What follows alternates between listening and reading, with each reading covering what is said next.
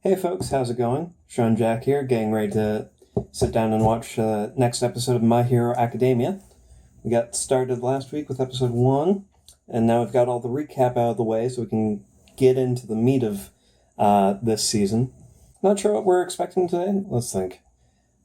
From the last episode preview, we saw Bakugo giving an opening speech, so we'll have the opening ceremony starting, and we'll probably start seeing some of the other students at the school that are not just weird sight gags in the background like we had already, but some actual characters. I did hear the name Nakamura float around, who is awesome animator, so anytime he's involved, it's going to be top-notch stuff, so I'm looking forward to that. But yeah, let's get started, shall we? Characters looking pretty heroic for just stock footage spots there with speed lines and crap, but it looks very nice. Okay, so just a little premise recap, and I guess we're going to get that every time now. I've thought about this opening a bit more, and I think what it reminds me most of is Fairy Tail. At least one or two of the openings from that show, where it will have it does have very action-heavy moments in their openings, but also just very slow moments where the characters are just together in whatever capacity that is.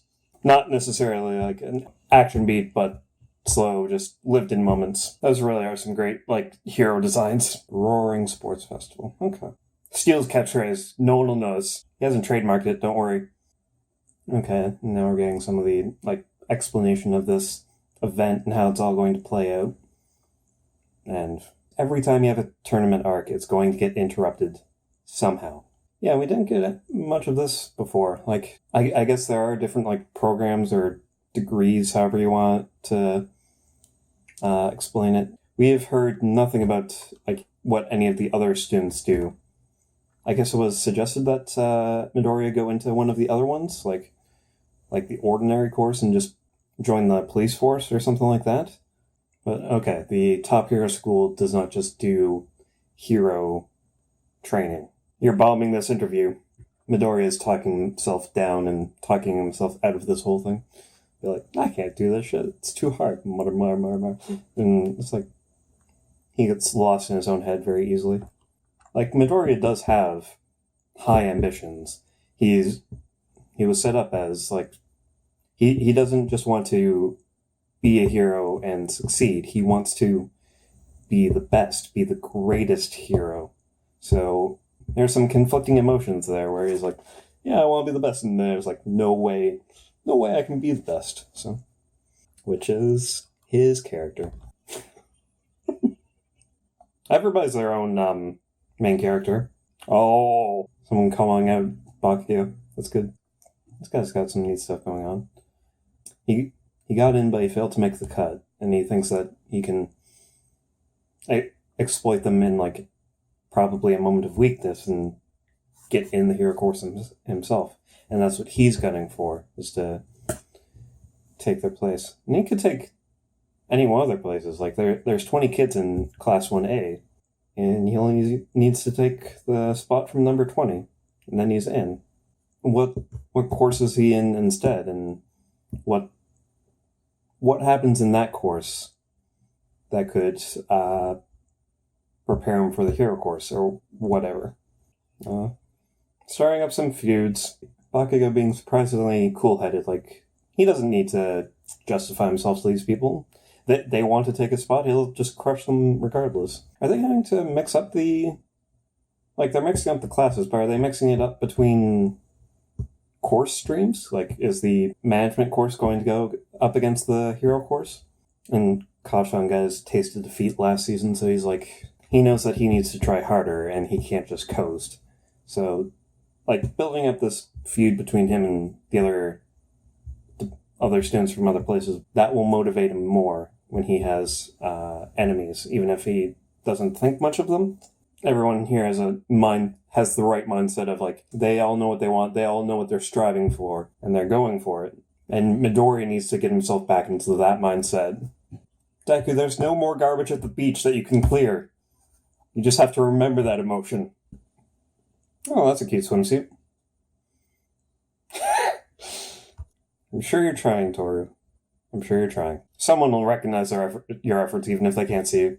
Ah, there's Mina again. Getting to show off a bit. With her... Oh!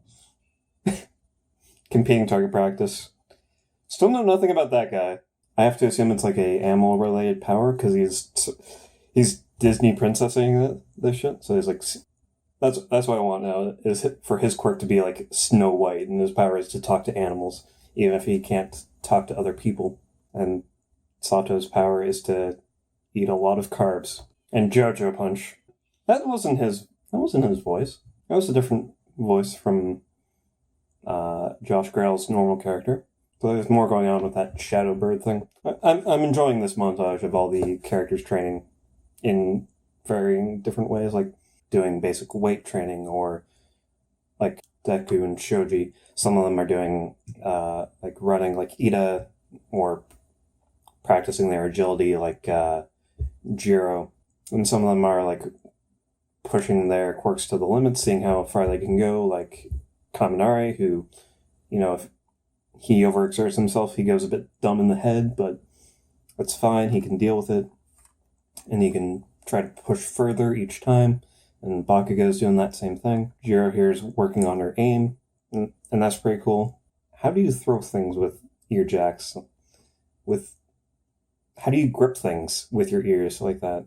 It's a weird power, but she makes it work. It's kind of cool.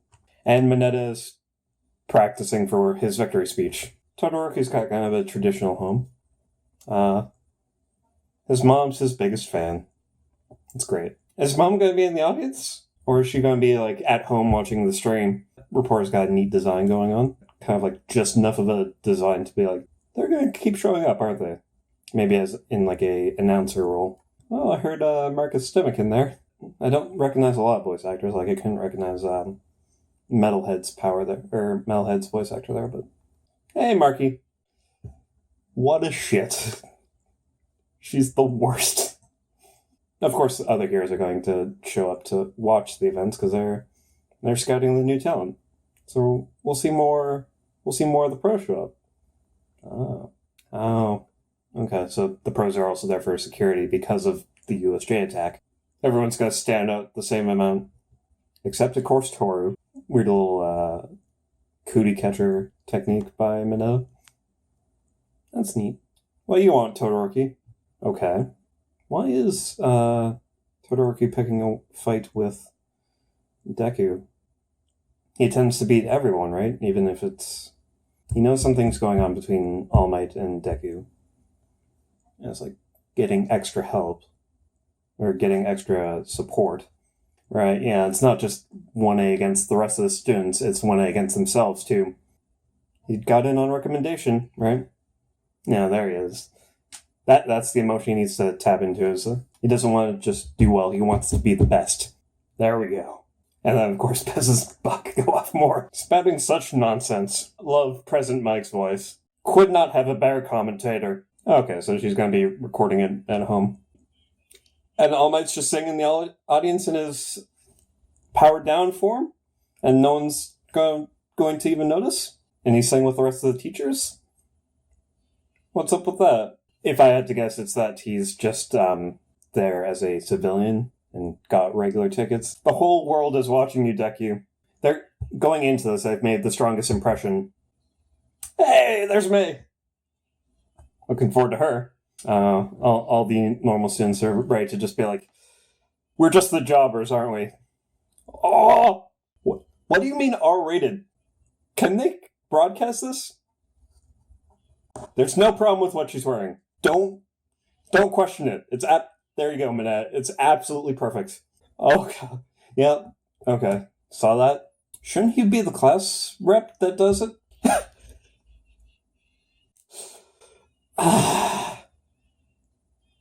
A man of few words. He's not saying it with overconfidence. He's saying it with conviction. He's convinced himself that he's going to win. The only thing missing from Midnight's costume is a whip. It's just a little tassel. That's not fun. Alright, free reign of quirks. Oh, Midnight is delicious.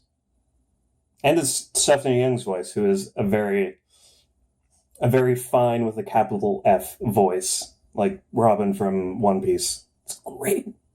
First impression time. Just blow your legs off. Ready, set, start.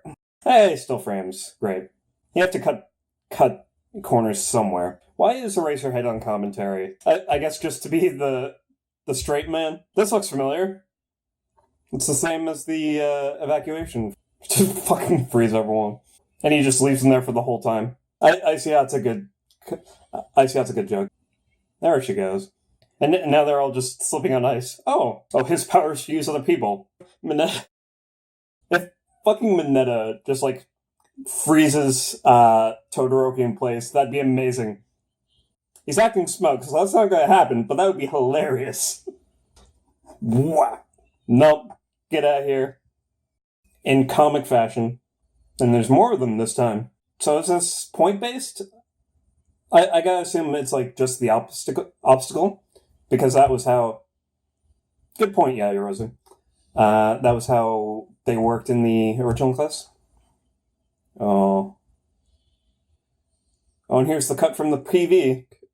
This will be the Nakamura quality. A reference to Todoroki's father, which again, that's just like gonna stick in your ear, stick in my brain. Yeah, there's the Nakamura's like blocks. Todoroki not gonna let other people take advantage of his power. Eraserhead, you're not bringing a lot to this commentary. Like, I kind of want All Might to be on commentary, even though that would use up all of One for All, and he'd have to immediately leave. Mama Deck is having none of this. She just wants her boy to be safe. Break all your limbs, Deku. It's the only way. You did it last time, and it worked out great, and you were in the hospital bed immediately. That's a face of someone with an idea.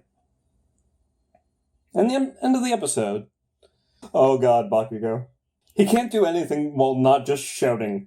Just has to shout his feelings out. That's great. That's a great episode preview. So, what to make of this episode? Pretty alright, actually. Episode 1, in retrospect, was, like, just okay, because it's mostly recap and, like, set up for sports festival. And this one was just like, alright, here's a quick rundown of how it's going to work. Mix all the students together. Quirk, no quirk, doesn't matter. And we're just going to run them through the gauntlet and see who makes it out. They did set up they had the graphic of a tournament bracket, so I'm wondering when we start getting one-on-one events and what these group events actually mean. Is it going to be like a seeded thing where it's just like everybody that doesn't come in, like, let's conservatively say like 24th and above is just cut off and we don't see anything more from them? I don't know. This will be most people's chances to make an impression and get our first taste of. Yeah, we got some quick glances of like other students, like Metalhead, who I know is named Tetsu. I know that name, and I looked it up later because it was one of the names on the leaderboard for the entrance exams. So that was, and you see that name just Tetsu, and that's just like, that's a weird name. And it translates to iron, and it's just like, that, just one of those weird things that, like, sticks with you, and then he goes and makes a character out of it, and he comes back later. Of course. I kind of want to see him paired off against Kirishima, because they have very similar looks to them. But don't know what's going to go on there. And of course, like, the meat of this episode is Todoroki showing off. He's also driven to win in this contest, and not in the same way that some of the other ones are, because he's like calling out everybody. Just doesn't have time for any camaraderie. A bit like Bakugo, but not quite. He's just like, he specifically made a point of calling out Deku because of All Might's support. You can kind of put two and two together here, because they mention the word dad twice. But obviously this is still technically manga spoilers, but Endeavor is Todoroki's dad.